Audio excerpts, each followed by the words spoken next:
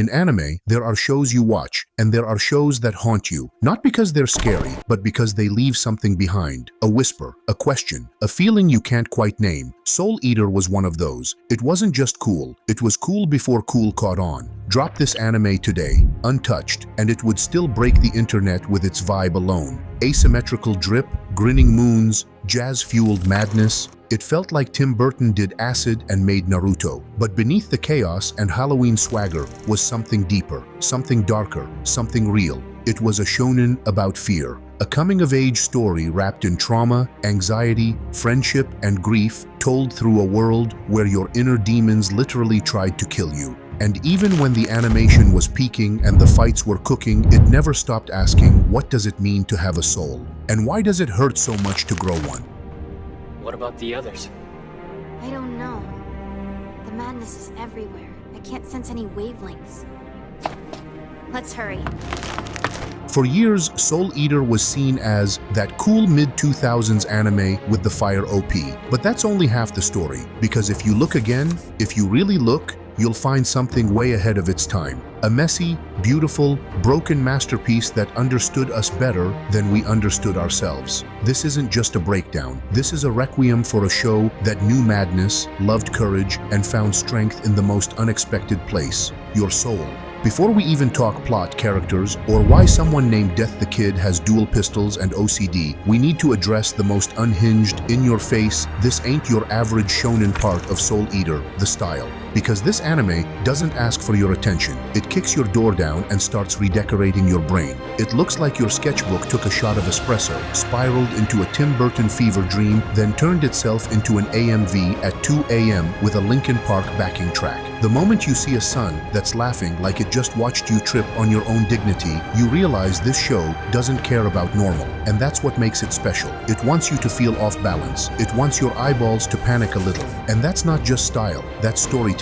Studio Bones didn't animate this show like normal humans. They went rogue. Every background looks like it's about to collapse in on itself. The buildings lean like they're eavesdropping on your thoughts. Shadows don't act like shadows. Gravity's out sick. Symmetry is an endangered species. It's Halloween every day, and the sky is in on the joke. But here's the part people miss. It's not just cool weird, it's intentional weird. The warped architecture, the chaotic geometry, the characters who all look like they were drawn with a cracked fountain pen, they mirror the world's central truth. This place is infected, not just by witches or evil souls, but by madness itself. The madness isn't in the plot, it's baked into the environment, and that's rare. Most anime, they give you clean skies and big cities. Demons might be eating faces, but the world looks like it belongs on a tourism poster. Not here. Soul Eater says, nah, this place is sick. The air is weird. The moon is bleeding. Everyone's a little off. Even the moon's got beef. The sky is actively judging you. The sun is unhinged. The characters live in a world where reality itself feels unstable. And that tension, it bleeds into everything. The way characters move stretchy, twitchy, loud isn't random. It's exaggerated to make you feel that instability. When someone screams, their whole body becomes the scream. When Soul turns into a weapon, his body literally melts, like reality is bending around the concept of transformation. It's not smooth, it's visceral. Transformations in other anime look flashy. In Soul Eater, they look like a weird magic trick with a touch of body horror. And that's by design. We're clear, Maka. This guy's turning himself into a weapon. He's the same as me that way. Of course, I look a lot cooler in my human form than he does.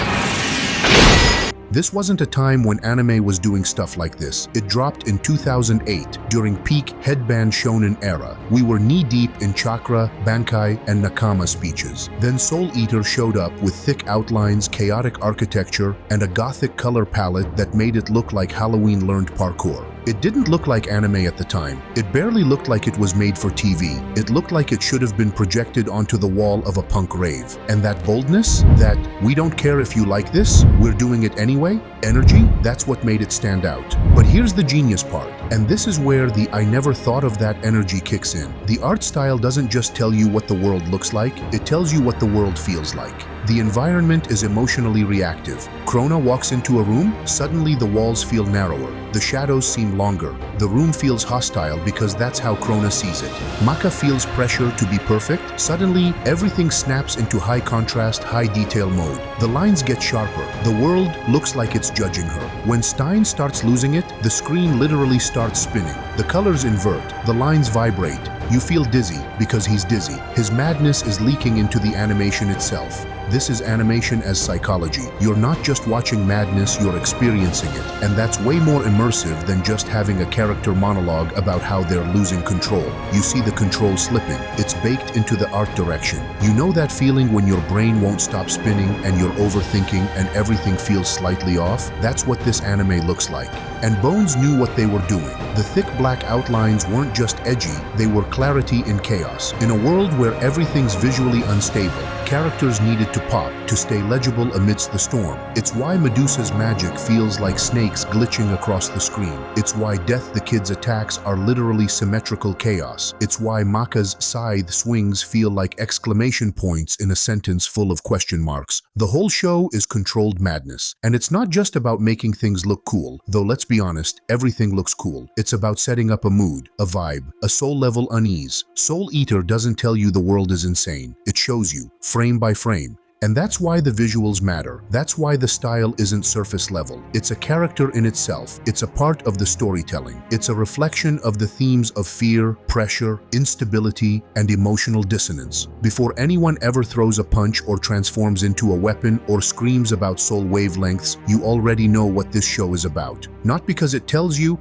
but because the sun is laughing, the moon is crying, and the buildings are melting like wax. You feel the madness before anyone explains it. And that's how you know you're in a place unlike any other. So before we dive into the characters, the heartbreak, the trauma, the witches, and why Black Star is basically a chaos gremlin with god complex, you have to understand this. Soul Eater didn't just come out looking different. It came out speaking different. It had a language made of crooked lines, cartoon logic, and mental breakdowns drawn in ink. It didn't just look cool, it looked unwell, and that was the point. Because in Soul Eater, the madness isn't coming. It's already here, and it's laughing with the sun. Resonance. More than just cool words. They call it soul resonance. And yeah, at first glance, it just sounds like one of those cool anime things you shout before a power-up. You know the type. Something you scream dramatically mid-fight while the music swells and lightning cracks in the background. But Soul Eater doesn't do things just to look cool. Resonance isn't just a power system. It's not about stats. It's not a transformation. It's connection.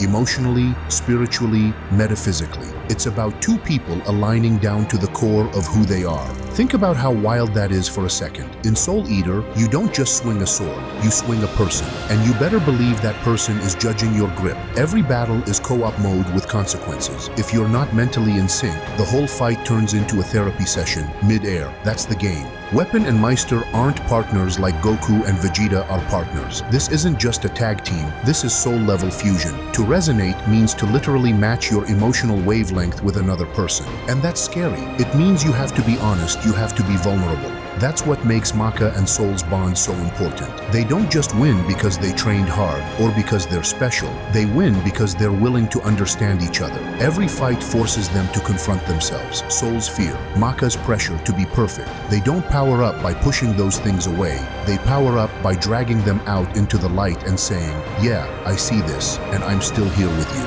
This is what most anime don't get. They treat power systems like math equations. Level up, unlock new skill, beat stronger boss. But Soul Eater, it says, nah, power is about trust, real trust, ugly, messy, soul-bearing trust. You don't just unlock a new ability, you unlock a deeper understanding of your partner. When Maka and Soul resonate, it's not just syncing, it's empathy in combat form, and that has to be earned. Think about how often they fail, their attacks backfire, their resonance falls apart. It's not just because they need more training, it's because something's wrong inside, and the only way to fix it is through each other. And this goes beyond just Maka and Soul. Every Weapon Meister pair is a relationship test. Black Star and Tsubaki, literal chaos versus quiet grace. He's ego and noise, she's patience and depth. But somehow it works, because she accepts all of him. Even the parts that are annoying, even the parts that are self-destructive. And in return, he learns to rely on someone. Not command, rely.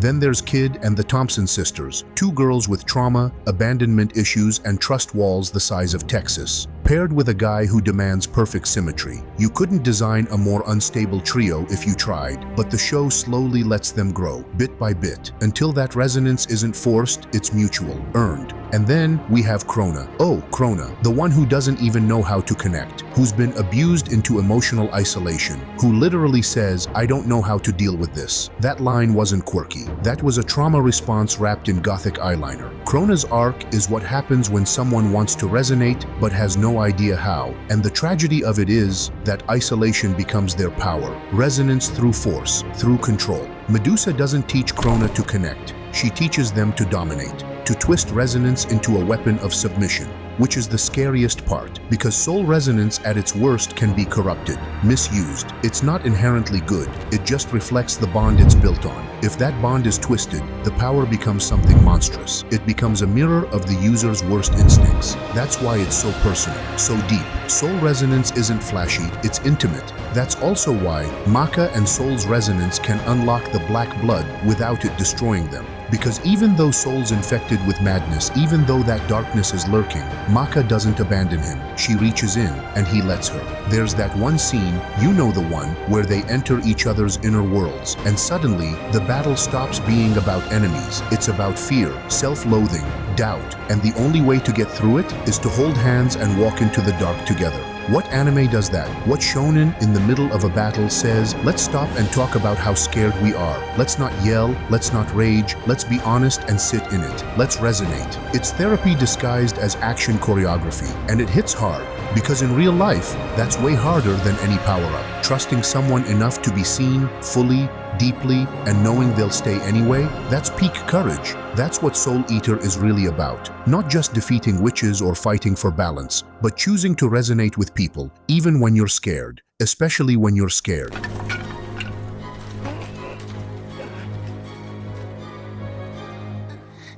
I have to stop the Keishan. Every time Maka and Soul resonate successfully, it feels earned. It's not plot armor, it's not main character energy, it's connection. And that kind of connection, it doesn't get old. It doesn't need a new transformation every arc. It just keeps going deeper. That's the brilliance of the system. It reflects who you are, not just what you can do. Your power is a direct result of your emotional maturity. You can't fake resonance. You either sync or you don't. And that's a scary message, because it means strength comes from being real, and being real means being raw, being honest, being vulnerable. Even the cool moments like Witch Hunter or Demon Hunter, they only land because the show earns them. Because we've seen the struggle, the mistrust, the misalignment. When Maka finally hits that next stage, it's not hype because of the power. It's hype because of the growth, because we felt them get there. And that's the magic. That's why Soul Eater's action scenes hit so different. They're not just flashy, they're emotional resolutions in motion, they're soul-level conversations with fists. And when resonance finally clicks, it's not just two people fighting together. It's two souls choosing each other, over fear, over madness, over everything trying to pull them apart. In a world falling apart, where madness infects everything and nothing feels stable, Soul Eater quietly says something powerful. You don't need to be perfect. You just need to be willing to open up, to connect, to resonate. And somehow, in the middle of a chaotic world where the moon bleeds and the sun laughs, that message is the most grounded thing of all. There's a moment in Soul Eater where you realize none of the villains are laughing just to be evil. They're not twirling mustaches or dropping edgy monologues just because the script told them to. No, in this world, even evil makes sense. And that's what makes it dangerous. Because evil in Soul Eater isn't some supernatural force with a spooky name and world-ending ambition. It's philosophy, it's belief. Every villain thinks they're right. Or worse, they know they're broken and keep going anyway. That's way scarier than any final boss energy. Let's start with Medusa. On the surface, she's the archetypal snake witch, slithering around with creepy smiles and black blood experiments. But look again, Medusa isn't chaotic for chaos's sake. She's a scientist, a scholar. She's the one who studies madness like it's a biology textbook and decides, yeah, we need more of that. Not because she's trying to end the world, but because she thinks the world needs evolution. In her mind, fear isn't something to avoid, it's something to harness. She doesn't just manipulate, she tests everyone, even her own child. And that's the part that hits the hardest. Crona isn't just some tragic side character. Crona is the product of Medusa's worldview, a child raised as a lab rat, injected with madness, isolated, taught that love is weakness and pain is normal. And the craziest thing, Medusa doesn't see this as abuse. She sees it as progress. That's real horror, when someone hurts others in the name of growth. When "I did it for your own good" isn't just a line, but a belief. But even then, Medusa's not lying to herself. That's what makes her terrifying. She knows what she's doing. She knows the cost. She just thinks the result is worth it. She's not drunk on power. She's drunk on purpose, on vision. And that's why she always feels 10 steps ahead. Because while everyone else is reacting to madness, Medusa's out here trying to control it, to use it as the next step in human evolution. Now flip to Arachne. She's the opposite: slow, calculating, ancient. While Medusa is chaos in a lab coat, Arachne is a spider building her web over centuries. Her version of evil is comfort, corporate structure, controlled surveillance. She's not trying to unleash madness, she's trying to monetize it, to distribute it in digestible little bits until no one remembers what sanity used to feel like. And if that doesn't sound like a metaphor for modern life, I don't know what does. Arachne builds a system, a network. While Medusa wants to blow it all up, Arachne wants to own it. She makes you think evil is normal. She wraps it in logos, TV ads, and soothing messages. It's okay, let the noise in, you'll get used to it. That's not a villain, that's an algorithm. Even Mosquito, her loyal servant, isn't just a henchman, he's a fossil, a memory of an old world. And his whole deal, switching between centuries like costumes, is commentary. He literally changes his power depending on the era he's embodying. It's a statement. Evil evolves, it adapts, it puts on new clothes, new language, but the hunger underneath stays the same. And then there's Crona again. Because Crona isn't a villain in the traditional sense. They're not evil because they want to be. They're broken, hurt, shaped by abuse into someone who doesn't know what love looks like. Someone who can't tell the difference between fear and affection. Crona's story isn't about domination. It's about escape. From a mother, from themselves, from the crushing weight of never being enough. So when Crona finally breaks, when they turn on everyone, it doesn't feel like betrayal. It feels like inevitable tragedy, like watching someone drown because they were never taught how to swim. And the worst part, you understand why. You can't even hate them because you saw what made them this way. That's what Soul Eater does with its villains. It makes you uncomfortable because it keeps showing you that evil isn't some alien virus. It's people with goals, with wounds, with logic. It asks, what's the difference between a savior and a destroyer if they both believe in what they're doing? Now let's talk about the big one, Asura, the Kishin, the endgame, the embodiment of madness. You'd expect some over-the-top final boss energy, some "I will destroy the world" type of speech. But no, what you get is fear. Pure, uncut existential terror. Not loud, not flashy, just true. Asura is what happens when fear becomes so strong, so overwhelming, that you decide the only way to survive is to make everyone else feel it too. He was once a protector, a warrior, but fear got in, and instead of confronting it, he buried it, let it rot, until it took over. And the message there is brutal. Even the strongest can break if they refuse to be vulnerable. Asura doesn't scream about power. He whispers about doubt. He infects the mind. He makes you question what's real. And that's the final horror, because you can't punch doubt. You can't slash fear. You can only face it. And for a lot of people, that's the one battle they're not ready for. And that's why Maka beating him matters. Not because she hits harder, but because she chooses courage over fear. She's not the strongest. She's not the most skilled, but she chooses to believe in others, in herself, even when it doesn't make sense, even when fear is screaming in her ear.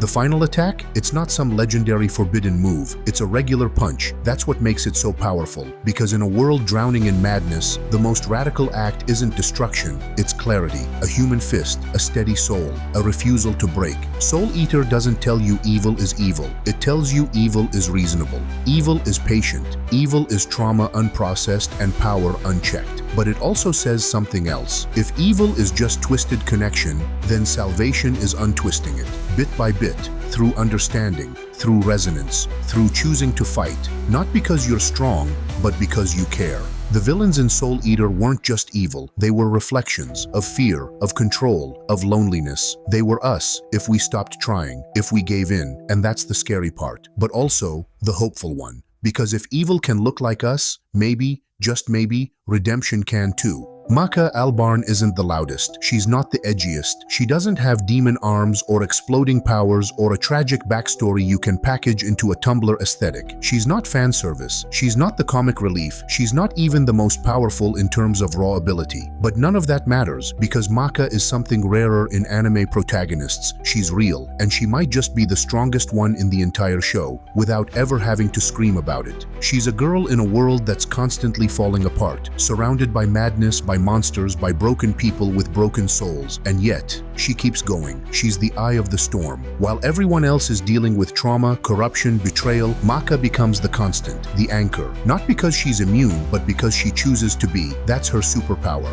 From episode 1, Maka isn't introduced as some prodigy. She's not blessed with some god-tier birthright. In fact, most of the time, she's just average. Decent grades, good technique, no real natural advantage, but that's the whole point. Maka works, Maka tries, Maka fails, and then tries again. She grits her teeth, she reads books, she trains, she gets angry, she gets jealous, she feels things deeply, but she never lets those feelings turn into excuses. And that's what makes her dangerous. She's not some anime messiah, she's human, and she stays that way even when the world begs her not to be. Look at how she deals with Soul's Black Blood arc. When her partner is being devoured from the inside by madness, Maka doesn't freak out. She doesn't abandon him, she doesn't treat him like a burden. She sits with him, she holds his hand, she fights the thing with him, not as some hero with a fix-it-all move, but as a friend. A girl who sees him breaking and says, "Then let's break together until we get through it." And that's the energy she brings to every battle, every moment. Maka isn't just wielding a scythe, she's wielding trust. She resonates with people, she listens, she grows, and she does it while being surrounded by characters who are louder, flashier, more chaotic, and she never once tries to outshine them. She lets them burn bright and holds the line when their fire flickers. Even her relationship with her dad is complicated. Spirit is a mess, a lovable, regretful, womanizing disaster. But Maka doesn't write him off. She's angry, she's hurt, but she lets him back in, little by little. She never loses her boundaries, but she never closes the door either. That takes strength. Quiet, emotional, underrated strength. And the thing about Maka, she isn't defined by trauma, she's defined by how she responds to it. While other characters spiral or snap, Maka feels the madness and still chooses to walk forward. She's not unbreakable, she's just stubborn enough to glue herself back together every time, even when it hurts, especially when it hurts. Remember the scene with Crona? Maka's the only one who doesn't treat them like a villain. She sees the fear, the trauma, the loneliness, and instead of swinging first, she offers a hand. Not because she's naive, but because she understands something most people forget. Sometimes people don't need to be fought, they need to be seen. That's Maka's whole vibe. She sees people, she sees their flaws and their pain and their ugly parts, and she still shows up, she still tries, she still believes. When the madness starts creeping into her, Maka doesn't pretend to be above it. She gets consumed, she lashes out, she nearly kills Medusa with pure rage. And that's when you realize, Maka isn't the goody-goody. She has so much anger, so much grief. She wants to hurt, but she doesn't. She pulls back, she stops herself. She chooses not to fall into madness, not because she's better than it, but because she's stronger than it. The final fight against Asura isn't flashy for her. There's no god mode, no secret power unlock. Just one girl, her soul, and a punch. That's it. One punch fueled by every single choice she made to stay human, to care, to feel, to not let fear win. And when that punch lands, it hits harder than any special move in the series, because it's a statement. In a world where fear is contagious, where madness is everywhere, Maka proves that courage is louder, that love is sharper, that a single act of belief can tear through the dark. The show never gives her the spotlight like it does with other shonen leads. She doesn't get some long prophecy arc or a chosen one subplot, but she doesn't need it. Maka earns her place, not through destiny, through will, through showing up when no one else can, through choosing love when hate is easier, through getting knocked down and standing back up because someone needs to. She's not the loudest, but she's the most solid. When Soul loses himself, she holds on. When Crona falls, she reaches out. When the world's ending, she stands between it and everyone she cares about. And she does it with that same scowl, those same pigtails, that same unwavering refusal to quit. Maka isn't just the main character. She's She's the heart of Soul Eater. Without her, it falls apart. Without her, the resonance dies. The team fractures, the villains win. Because she's the one holding everyone together. Not through strength, but through connection. And it's funny, because she's not even the fan favorite. She doesn't have the memes, the simps, the hype, but give it time. Look deeper. Rewatch the show and pay attention to the quiet things. The way she listens, the way she breathes before a battle, the way she smiles after saving someone even when she's bleeding. You start to see it. She's not flashy, she's not perfect, but she's true. Maka Albarn is what happens when empathy grows teeth, when kindness learns how to throw a punch, when resolve decides it doesn't need to be pretty, it just needs to keep standing. And in a world that's always asking you to numb out, to go mad, to give up, to break, Maka whispers back, "No, I'm not done." And that might just be the strongest thing any anime protagonist has ever said. The final moments of Soul Eater feel like slamming into a wall. You blink and it's over. Maka, standing alone, bloodied and bruised, throws a single punch and ends it all. No final super transformation, no world-ending beam struggle. Just one fist, one scream, one last act of soul. And depending on who you ask, it's either the most profound ending in anime or a complete letdown. This ending split the fandom like madness split Asura's mind, because for 25 episodes the build-up felt biblical, the stakes kept climbing, the lore got deeper, madness spread like a virus, characters leveled up, relationships got tested, and everyone was waiting for the final form, the next resonance, the god-tier climax where Maka would unlock some hidden weapon and obliterate the Kishin in an explosion of style and catharsis. But that's not what happened. Instead, the show pulled the rug out. No mythical reveal, no secret move, just Maka, a scytheless meister with a bleeding soul and a defiant heart, punching fear in the face, literally.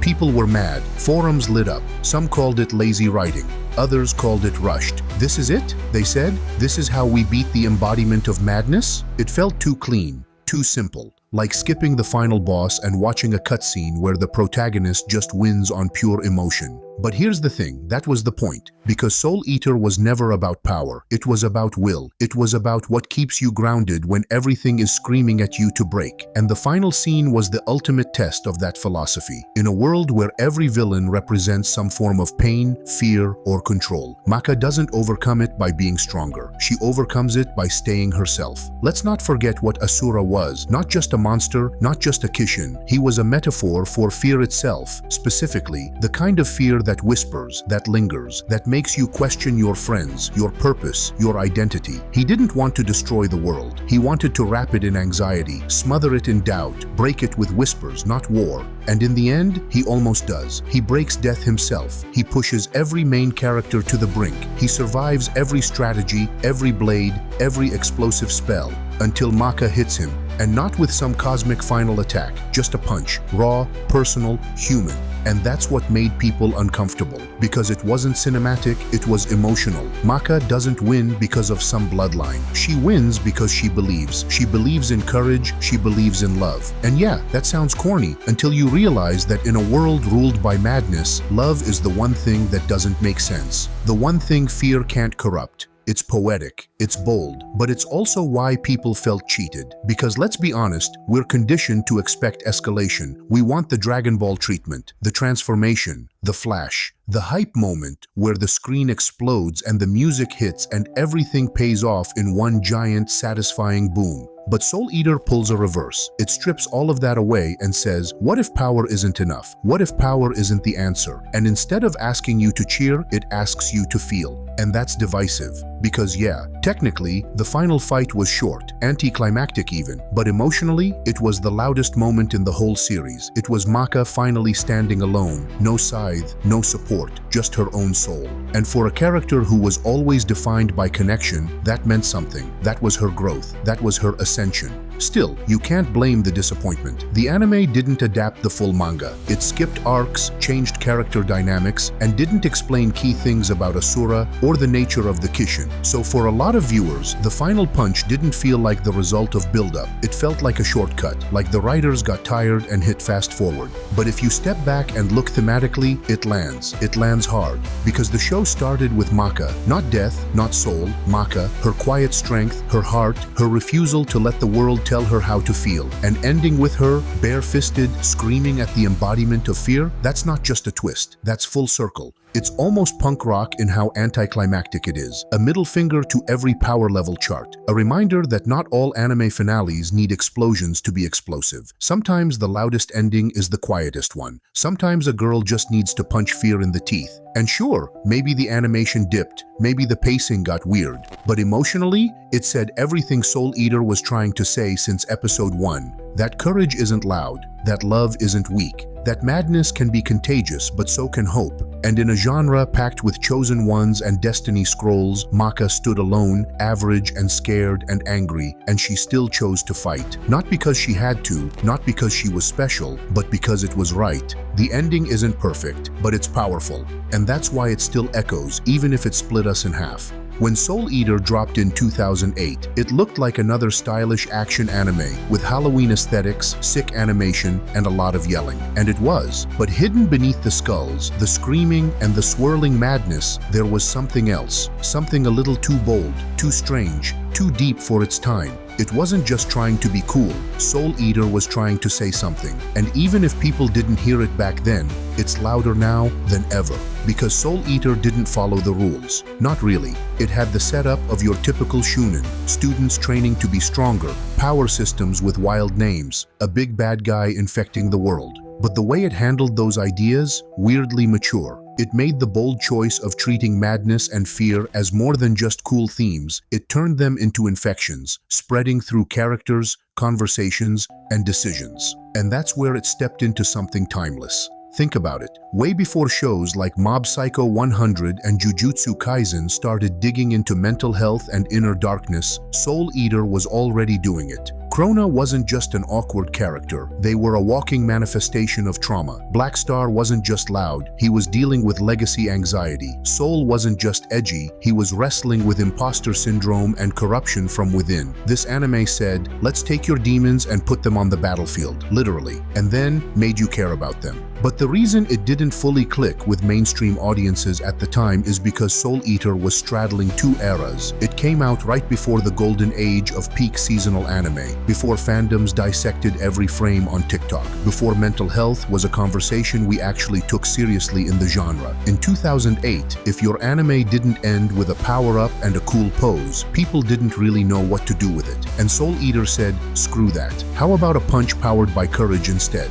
And let's talk about that style, because oh my god, this anime dripped personality. From the asymmetrical insanity of Excalibur to the gothic architecture of Death City, everything felt alive. Bone Studio didn't animate this, they danced through it. Characters moved like rubber, emotions exploded off faces. The sky was yellow for no reason. It wasn't clean, it wasn't symmetrical, but that was the point. The world was a reflection of madness, and the animation played along like jazz, messy, chaotic, and full of soul. And while other shows were chasing realism, Soul Eater leaned into expressionism. The world didn't have to make sense, it just had to make you feel. Maka's scythe strikes weren't just attacks, they were emotional extensions. Crona's screaming sword wasn't just dramatic, it was a child lashing out for help. Every exaggerated movement, every distorted scream meant something. It was anime as metaphor, and now that style is finally getting the love it deserved back then. You look at shows like Chainsaw Man or Dorohedoro, grimy, surreal, messy, with worlds that reflect emotional instability, and it's hard not to trace the DNA back to Soul Eater.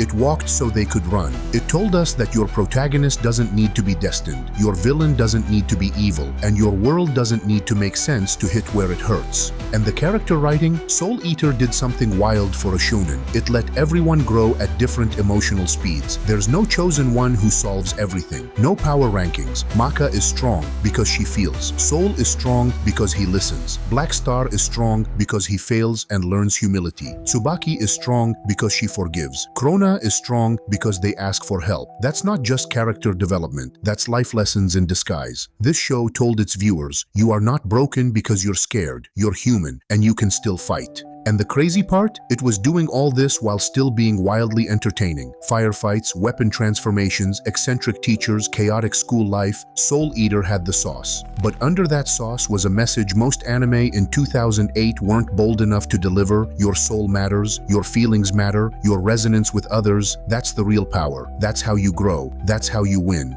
The show may have ended before it could fully say everything it wanted to. The anime original ending didn't hit for everyone. It skipped parts of the manga. But in hindsight, none of that killed the legacy. Because here we are, almost 2 decades later, still talking about it, still quoting it, still putting it in AMV compilations with Linkin Park and going, damn, this show went harder than it had any right to. And when the reboot eventually comes, and let's be honest, it's going to hit differently. Because now the world is finally ready for what Soul Eater was trying to say all along. The kids who grew up on this are adults now, dealing with their own madness, their own black blood, their own Cronas and Asuras. And suddenly, that punch Maka threw at the end doesn't feel silly. It feels relevant. Because that's what Soul Eater left behind. Not just a story, but a way of seeing yourself in the middle of chaos and saying, I'm not giving in. A way of loving yourself even when your soul doesn't look symmetrical. A way of holding your fear close and swinging anyway. It didn't get all the flowers it deserved back then, but it planted the seeds. And today, we're living in the garden. Soul Eater was never just about weapons and meisters. It was about souls messy, jagged, loud, quiet, scared, brave, angry, hopeful souls. It was about what happens when the world tries to break you, twist you, make you something you're not. And you look it in the eye and say, not today. It didn't always get everything right. The pacing wobbled, the anime diverged from the manga, the ending sparked chaos. But maybe that's what makes it real. Because Soul Eater isn't clean, it's not symmetrical, it's raw. It's a mirror for anyone who's ever felt like they were spiraling, anyone who's ever felt offbeat, unworthy, too much or not enough. And in the end, it tells you that you're still worth fighting for, that maybe your soul isn't broken, it's just learning how to scream in tune with the world. Soul Eater left us with more than just iconic visuals and mad villains. It gave us a world where fear was a monster you could punch, where love was a weapon, where growth came not from power, but from connection. It didn't hold your hand, it handed you a scythe and said, resonate. So yeah, maybe the anime didn't get a perfect run, maybe the fandom fractured, but years later, Soul Eater still lingers, in AMVS, in cosplays, in the way it made us feel. It wasn't just ahead of its time, it was right on time, for the people who needed it most. And if you're one of them, welcome to Death City, your soul's been waiting.